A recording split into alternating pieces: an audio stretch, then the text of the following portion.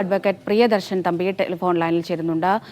ശ്രീ പ്രിയദർശൻ, ഇന്നലെ ഈ ജാമ്യ ഉത്തരവ് വന്നതിന് പിന്നാലെയുള്ള ബോബി ചെമ്മണ്ണൂരിന്റെ പ്രവർത്തികൾ ഇത്തരത്തിൽ ഉത്തരവിൽ ഒപ്പിടാൻ ഉൾപ്പെടെ വിസമ്മതിക്കുന്നു എന്ന് ജയിലിൽ നിന്ന് നമുക്ക് വിവരങ്ങൾ ലഭിക്കുന്നു. പുറത്തിറങ്ങുന്നില്ല എന്നുള്ളൊരു തീരുമാനത്തിലേക്ക് അദ്ദേഹം കടക്കുന്നു. ഇതൊക്കെ എങ്ങനെയാണ് കാണേണ്ടത്? ഇതിൽ ഏറ്റവും പ്രധാനപ്പെട്ട ഒരു കാര്യം, കാരണം ബോബി ചെമ്മണ്ണൂർ എന്ന് പറയുന്ന വ്യക്തി, അദ്ദേഹം കാണിച്ച പ്രവൃത്തി തികച്ചും തെറ്റായ പ്രവൃത്തിയാണ് എന്ന് അടിവരയിട്ട് പറഞ്ഞുകൊണ്ട് തന്നെയാണ് അദ്ദേഹത്തിന് ജാമ്യം കൊടുക്കുവാൻ വേണ്ടി ബഹുമാനപ്പെട്ട കേരള ഹൈക്കോടതി തയ്യാറായത് എന്നുള്ളതാണ് ഏറ്റവും പ്രധാനപ്പെട്ട ഒരു വസ്തുത. ആ ജാമ്യം കൊടുക്കാൻ കാരണം നമ്മുടെ ഭരണഘടന ഉയർത്തിപ്പിടിക്കുന്ന, നമ്മുടെ ഭരണഘടന തന്നെ ഒരുപാട് ഉദാത്തമായ മൂല്യങ്ങൾ ഉയർത്തിപ്പിടിക്കുന്ന ഭരണഘടനയാണ്. നമുക്ക് എല്ലാവർക്കും വ്യക്തി സ്വാതന്ത്ര്യമുണ്ട്, കാരണം ലിബർട്ടി, പേഴ്സണൽ ലിബർട്ടി ഉണ്ട് എന്ന് പറയുമ്പോൾ പോലും റീസണബിൾ റെസ്ട്രിക്ഷൻ, അതെല്ലാം റീസണബിൾ റെസ്ട്രിക്ഷൻ ഉണ്ട്. ആർക്കും എന്തും പറയാവുന്ന ഒരു രാജ്യമല്ല ഇത്. ആരെക്കുറിച്ചും ആർക്കും എന്തും പറയാൻ കഴിയില്ല. കാരണം ഒരു വ്യക്തിക്ക് സ്വാതന്ത്ര്യമുണ്ട് എന്ന് പറയുമ്പോൾ പോലും അങ്ങനെ പറയുന്നതിനൊക്കെ റീസണബിൾ റെസ്ട്രിക്ഷൻ ഉണ്ട്. അപ്പോൾ അതിന്റെ എല്ലാം ലംഘിച്ചുകൊണ്ട് ബോബി ചെമ്മണ്ണൂർ ചെയ്തു എങ്കിൽ പോലും ഈ ഒഫൻസ് സീരിയസ് ഒഫൻസ് ആണ്, അല്ലെങ്കിൽ ഇത് exclusively triable by the court of magistrate offence ആണ്. ഇതിന്റെ മാക്സിമം പണിഷ്മെന്റ് 3 വർഷം വരുന്നതാണ്. ഈ കാര്യങ്ങളെല്ലാം പരിഗണിച്ചുകൊണ്ട് തന്നെയാണ് അദ്ദേഹം 5 ദിവസം തടവിൽ കഴിഞ്ഞു എന്നുള്ളത് കൂടി പരിഗണിച്ചുകൊണ്ട് അദ്ദേഹത്തിന് ജാമ്യം കൊടുക്കുവാൻ വേണ്ടി, ബോബി ചെമ്മണ്ണൂർ എന്ന് പറയുന്ന വ്യക്തിക്ക് ജാമ്യം കൊടുക്കുവാൻ വേണ്ടി ഇന്നലെ തയ്യാറായി.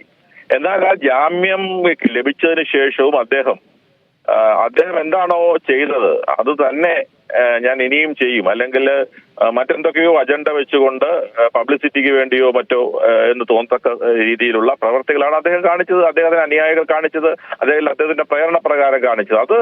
അതെല്ലാം നോക്കിക്കണ്ട് കൊണ്ടിരിക്കാമെന്നോ അല്ലെങ്കിൽ അങ്ങനെ സംഭവിക്കാമെന്നോ, കാരണം ഇന്നലെ അദ്ദേഹം ഇറങ്ങാൻ തയ്യാറായില്ല. നമുക്ക് എല്ലാവർക്കും അറിയാവുന്ന, അതിന് മൾട്ടിപ്പിൾ റീസൺസ് ഉണ്ട് എന്ന് വ്യക്തിപരമായി വിശ്വസിക്കുന്ന ആളാണ് ഞാൻ. കാരണം അദ്ദേഹത്തിന്റെ ഈ പ്രവൃത്തികൾ മാത്രമല്ല, ഇന്നലെ അദ്ദേഹം ഇറങ്ങിയിരുന്നെങ്കിൽ അദ്ദേഹത്തിന് വലിയ മാധ്യമ ശ്രദ്ധ കിട്ടുമായിരുന്നില്ല. കാരണം ഇന്നലെ മകരവിളക്കായിരുന്നു, എല്ലാം അതിന്റെ പറയുക.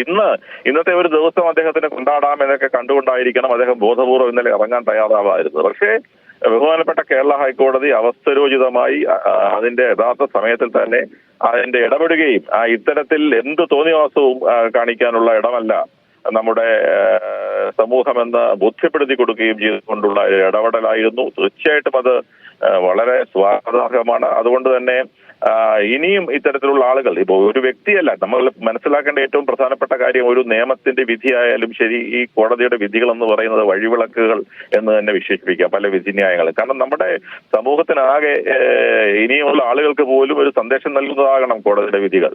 അല്ലെങ്കിൽ ഇനിയും ഇത്തരത്തിലുള്ള ആളുകൾ ഇത്തരത്തിലുള്ള പ്രവർത്തികൾ ആവർത്തിക്കാൻ പാടില്ല. ഒരു ചെമ്മണ്ണൂരല്ല, 100 ചെമ്മണ്ണൂർമാർ ചിലപ്പോൾ ഇതിന്റെ ചുവട് പിടിച്ചുകൊണ്ടുണ്ടാകും. അങ്ങനെയുള്ള ആളുകൾ ഉണ്ടാകാൻ പാടില്ല എന്നുള്ളത് തന്നെയാണ്, ഇത്തരം പ്രവർത്തികൾ ഉണ്ടാകാൻ പാടില്ല എന്നുള്ളത് കൊണ്ട് തന്നെയാണ് കോടതി അത്തരത്തിൽ പ്രവർത്തിച്ചിട്ടുള്ളത്. തീർച്ചയായിട്ടും ഇതുകൊണ്ട് അദ്ദേഹം ശാന്തനാകുമെന്ന് നമുക്ക് പ്രത്യാശിക്കാം.